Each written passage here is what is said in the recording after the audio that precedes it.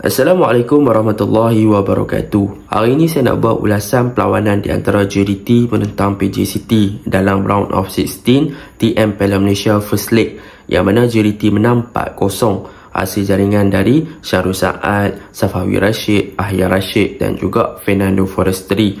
Pada perlawanan ini sebenarnya kedua-dua pasukan mempunyai banyak peluang untuk menjaringkan gol. JDT boleh skor lebih daripada 5, manakala PJCT boleh skor sekurang-kurangnya 2. Tetapi sayang apabila kedua-dua pasukan gagal untuk memanfaatkan segala peluang yang terhidang untuk menambah jaringan. Baiklah, tanpa membuang masa, mari kita masuk ke dalam ulasan perlawanan. Untuk ulasan perlawanan kali ini, saya akan mulakan dengan pasukan JDT. Apakah perkara positif dan juga apakah perkara yang saya suka tentang pasukan JDT pada perlawanan ini?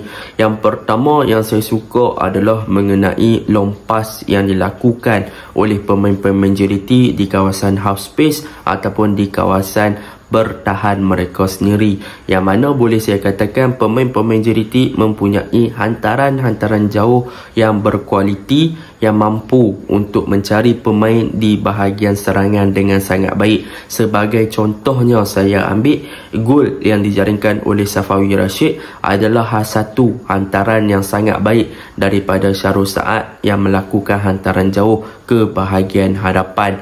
Dan mereka juga ada player, iaitu mereka ada dua centre back, Syarul Saad dan juga Feiruz Baharudin, yang mana kedua-dua player ni sebenarnya mempunyai kelebihan untuk supply bola ke hadapan dengan hantaran-hantaran jauh yang berkualiti untuk mencari pemain di bahagian serangan. Jadi mereka boleh sahaja senang untuk break, orang kata apa, barisan pertahanan pasukan lawan yang bermain dengan low block dengan melakukan hantaran-hantaran di belakang pertahanan dengan hantaran-hantaran jauh. Bahkan ada lagi pemain-pemain JDT yang boleh melakukan hantaran jauh yang berkualiti. Contohnya saya bagi pada perlawanan semalam adalah Hong Wan, yang mana kita boleh tengok apabila bola dapat di kaki Hong Wan akan cuba dengan cepat untuk release the ball ataupun lepaskan bola dengan cepat. Dan dalam pada masa yang sama kita boleh tengok Hong Wan bermain dengan simple football sahaja.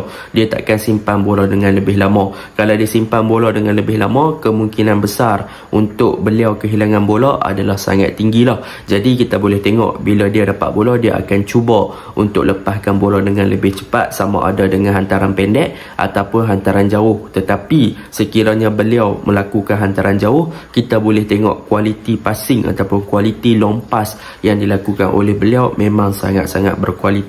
Jadi apa yang boleh saya simpulkan dalam perkara yang pertama ni, JDT punya long pass kualiti mereka ada player-player yang mampu untuk supply bola ke bahagian hadapan dengan hantaran-hantaran jauh yang sangat bagus dan sangat tepat. Dan mereka boleh melakukan switch play ataupun mereka boleh melakukan counter ataupun build up terus ke bahagian hadapan untuk menjaringkan gol hanya dengan satu passing sahaja. That is a good thing tentang JDT pada perlawanan semalam. So itu yang pertama. Yang kedua pada perlawanan semalam adalah berkaitan dengan fullback. Apa yang saya suka tentang fullback pasukan JDT ni adalah mereka bertindak dengan sangat-sangat ofensif, terutamanya untuk gandingan di bahagian kanan, iaitu Matt Davis dan juga Arif Aiman. Untuk perlawanan ni memang boleh dikatakan JDT sangat-sangat utilize kawasan wide area, iaitu mereka banyak menyerang menggunakan bahagian sayap lah ataupun bahagian di sisi kanan atau sisi kiri padang, yang mana kalau bahagian kanan Matt Davis, Arif Aiman, kalau bahagian kiri kita boleh tengok bagaimana mereka exploit pasukan PJCT dengan penggunaan Kobe Ong yang bermain dengan sangat tinggi lah. Jadi untuk perlawanan ni itu yang saya suka. Yang kedua, bagaimana mereka menggunakan Matt Davis dan juga Kobe Ong di bahagian kanan dan juga bahagian kiri untuk membantu bahagian serangan dengan buat overlap dan sebagainya. Dan yang paling penting, kualiti yang ada pada Matt Davis terutamanya di bahagian kanan, kita boleh tengok apabila beliau diberikan kebebasan untuk lebih bertindak dan naik lebih tinggi untuk membantu Arif Aiman bagi melakukan overlap ataupun underlap di bahagian hadapan, kita boleh tengok dia boleh untuk create chances yang lebih banyak untuk bahagian serangan pasukan JDT dengan hantaran-hantaran lintang beliau, dengan cutback beliau, dengan lay off beliau dan sebagainya. So kita boleh tengok bagaimana JDT memang utilize kemampuan yang ada pada Matt Davis untuk bergandingan dengan Arif Aiman untuk menjadi lebih ofensif. Dan untuk Kobing Ong pada perlawanan ni boleh dikatakan beliau agak boleh dikatakan 50-50. Kadang-kadang beliau naik, kadang-kadang beliau turun. Sebab apa? Sebab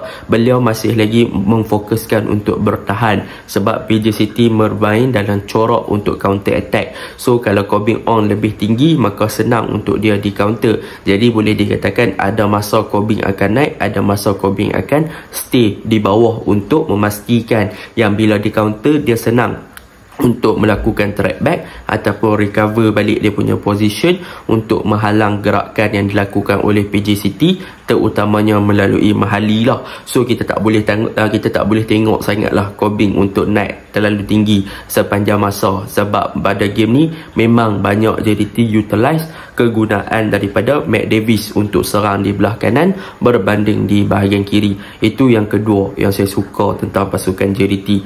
Yang ketiga, untuk pasukan JDT pada perlawanan ni, mereka punya kekuatan ataupun perkara yang paling positif adalah di bahagian tengah. Kalau kita lihat untuk perlawanan ni, memang JDT menggunakan kebanyakannya pemain lokal lah di bahagian tengah selain daripada Leandro Velasquez. Tetapi kenapa Leandro Velasquez still lagi menjadi pilihan utama untuk pasukan JDT untuk perlawanan ni, walaupun kebanyakannya adalah pemain lokal telah diturunkan? Antara sebabnya untuk Leandro Velasquez still dalam first 11 adalah kita boleh tengok pada game semalam macam mana beliau masih lagi menjadi penggerak ataupun boleh dikatakan playmaker utama untuk pasukan JDT ketika mereka menyerang. Dan kita boleh tengok bagaimana dia kontrol bahagian mid, bagaimana dia memberi arahan untuk Feiruz Baharudin naik, bagaimana dia memberi arahan untuk Nazmi Faiz cover balik dia punya position di bahagian tengah. Kita boleh tengok macam mana dia menggerakkan gerakan serangan daripada bawah, dan itu adalah peranan yang penting yang boleh dikatakan Leandro Velasquez sahaja yang boleh menjadi playmaker utama untuk pasukan JDT berbanding pemain-pemain lokal yang lain lah. So disebabkan itulah kita boleh tengok memang kadang-kadang kalau tanpa Leandro, bahagian tengah JDT tak berapa hidup, tetapi kalau ada Leandro, bahagian tengah JDT lebih smooth dan lebih rancak untuk menyerang. Dan buktinya pada perlawanan semalam lah, apabila menurunkan ke semua player lokal dan hanya Leandro Velasquez sahaja sebagai pemain import, JDT masih lagi boleh create chances dan bergerak lebih selari dan lebih offense apabila mereka menyerang, disebabkan mereka ada playmaker mereka yang utama yang bertindak sebagai penggerak utama untuk pasukan JDT, iaitu Leandro Velasquez. Dan Leandro akan sentiasa mendapat support daripada Nazmi Faiz, daripada Hong Wan yang berada lebih tinggi lah. Contoh Hong Wan, dia akan cover up belakang Leandro, dia akan sentiasa untuk membantu Leandro ketika bertahan, dan Leandro lah yang akan selalu memberi support kepada Hong Wan ketika mereka nak bawa bola ataupun transisi daripada bertahan ke menyerang, sebab dia tahu Hong Wan punya distribution ball daripada long ball bagus, dan Hong Wan ni lebih suka untuk release ball dengan cepat. Jadi Leandro akan bertindak sebagai pemain number 8 ataupun bertindak selari dengan Hong Wan untuk minta bola kepada Hong Wan untuk create the game. Dan dalam pada masa yang sama, dia akan cuba untuk push Nazmi Faiz untuk bertindak menjadi pemain nombor 10 ataupun attacking midfielder. Dan hasilnya apa? Hasilnya pada perlawanan semalam, kita boleh tengok kebijaksanaan Nazmi Faiz untuk berada di dalam kawasan yang berhampiran dengan D-box pasukan lawan, dan sekiranya ada kurang ruang kosong yang beliau boleh melepaskan rembatan, Nazmi Faiz boleh melakukan percubaan direct ke arah gol pasukan lawan, dan beliau hampir skor lah semalam daripada percubaan luar kotak penalti. Jadi itu yang ketiga yang saya suka. Yang keempat yang saya suka dalam taktikal JDT ni, of course lah tentang Arif Aiman, yang mana kita boleh tengok pada perlawanan semalam Arif Aiman bermain dengan sangat baik. Dan kita boleh tengok Arif Aiman dia punya corner kick assist 1, dan dia punya assist kepada Fernando Forestry. Walaupun bermain bukan di, orang kata apa, bukan macam permainan dia sebenar yang suka untuk beat ataupun mendribble 2-3 orang pertahanan, lepas tu cross. Dia bukannya macam selalu dia main, tetapi dia still lagi memberi impak yang lebih positif dalam gerakan ataupun movement pasukan JDT ketika mereka menyerang. Beliau masih lagi membuktikan ketajaman apabila create 2 assist kepada pasukan JDT. Dia punya positioning, dia punya awareness dalam padang memang sangat-sangat baguslah untuk pasukan JDT pada perlawanan semalam.